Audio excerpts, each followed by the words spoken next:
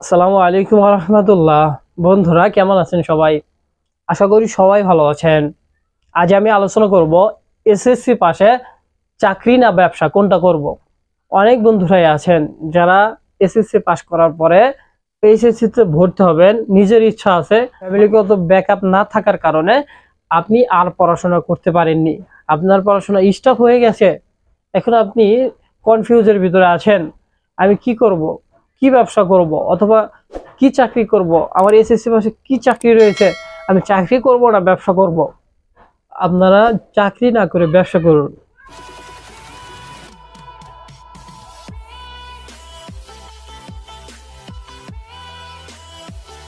আপনি এসএসসি পাশে চাকরি করতে গেলে সর্বোচ্চ আপনি 10,000 টাকা বেতনের চাকরি নিতে পারবেন, 10,000 টাকা বেতন পাবেন, কিন্তু আপনারা কিন্তু দিন রাত পরিশ্রম করে পরে আপনার এই টাকাটা আর্ন করতে হবে, অথবা নিয়ম শৃঙ্খলার ভিতরে যেতে হবে। আপনার কিন্তু যে শিক্ষাগত যোগ্যতা এটা দিয়ে কিন্তু কখনো অফিসার হতে পারবেন না। এই জন্য আপনার উচিত হলো, আপনি যদি ব্যবসায় মনে করেন 10 বছর সময় দেন, স্বাবলম্বী হতে পারবেন। এখন বন্ধুদের প্রশ্ন, আমি এসএসসি পাশে কি ব্যবসা করব? আমি আপনাদেরকে সাজেস্ট করব, আপনারা আপনারা টেকনিশিয়ান কাজ শিখবেন। টেকনিশিয়ান কাজ বলতে আপনারা মোবাইল সার্ভিসিং আছে, এছাড়াও রয়েছে ফ্রিজ, এলইডি, যারা মনে করেন মেরামত করে, অথবা বিশেষ করে পপুলার যেটা ল্যাপটপ সার্ভিসিং।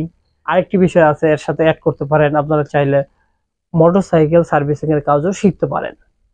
আপনারা যদি 2 থেকে 5 বছর এই কাজগুলো ধৈর্য ধরে কঠোর ইচ্ছা শক্তির মাধ্যমে যদি এই কাজগুলো শিখতে পারেন, আপনারা স্বাবলম্বী হতে পারবেন। আপনারা এসএসসি পাশে সর্বোচ্চ 20,000 টাকা বেতনে পৌঁছাতে পারবেন। কিন্তু আপনি যদি ভালো টেকনিশিয়ান হতে পারেন, ভালো মেকার হতে পারেন, যেমন গেলের মেকার হলেন, আপনার অভিজ্ঞতা 5 থেকে 7 বছর, আপনি এখান থেকে হুন্ডার সার্ভিসিং করেও 30 থেকে 50,000 টাকা ইনকাম করতে পারবেন।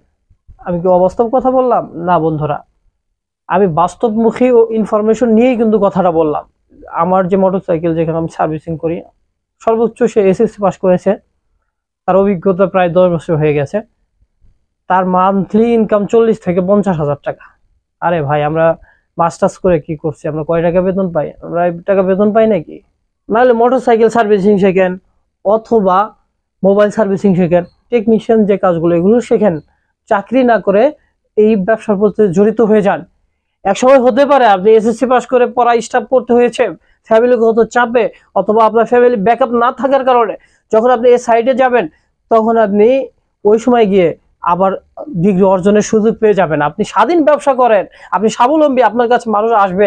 ওই সময় কিন্তু আপনার ডিগ্রেশন দেখবে না, আপনার শিক্ষাগত যোগ্যতা দেখবে না, আপনি কি কি সার্ভিস দিচ্ছেন ওটি সঠিকভাবে দিতে পারছেন কিনা, এটাও কিন্তু আপনার মানুষ ফলো করবে। কাজের প্রতি ভালো অভিজ্ঞতা অর্জন করে আপনি যদি এভাবে আপনি ধাবিত হতে পারেন, তাহলেই কিন্তু আপনি সফল হবেন। আশা করি আজকের ভিডিওটি বুঝতে পেরেছেন। ভিডিওটি আপনাদের কাছে কেমন লেগেছে অবশ্যই কমেন্ট করে জানাবেন। আবারও কথা হবে পরবর্তী ভিডিওতে। সবাই ভালো থাকবেন, সুস্থ থাকবেন। এই বলেই ভিডিও থেকে বিদায় নিচ্ছি। আসসালামু আলাইকুম ওয়া রাহমাতুল্লাহ।